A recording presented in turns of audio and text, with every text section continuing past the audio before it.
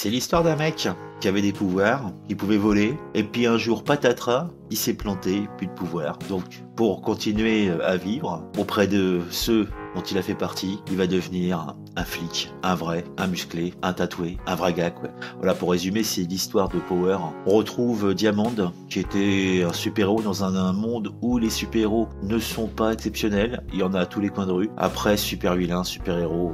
En tout cas, ils sont là, présents, intouchables, et on a une brigade de police qui essaye, tant bien que mal, avec un budget ridicule, de combattre ces super vilains ou ces super gentils qui ne font que de la merde. A priori, comme ça, on peut dire que le synopsis était plutôt sympathique et qu'il y avait un bon potentiel. Je crois que c'était un petit peu déconcertant de se retrouver dans un univers où en fait compte les super pouvoirs sont vraiment communs. Par contre, je dois avouer que l'interprétation des acteurs est vraiment calamiteuse. C'est vraiment pas bon, quoi.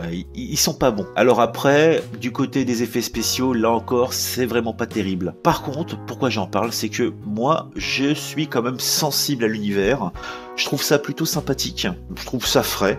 Même si, comme je vous le dis, les décors, les effets spéciaux, la mise en scène sont vraiment ratés et donnent l'impression de regarder un film amateur. Car il faut comprendre que Powers est une adaptation ratée pour le moment, mais cela ne veut pas dire que ça va être une mauvaise série. En tout cas, j'en ai fortement l'espoir. Pour compléter cette rapide présentation, il faut voir que c'est un remake d'un comic du même nom édité par Icon Comics de chez Marvel. La série a connu quelques turbulences autour de sa création, car elle était initialement prévue pour être diffusée sur la chaîne FX en 2011. Les studios Sony, qui produisent la série, ont donc repris le bébé pour leur console de jeu. Plus précisément, ça utilise comme canal de diffusion PlayStation Network, la plateforme de jeu en ligne et de VOD de Sony. C'est leur première création originale.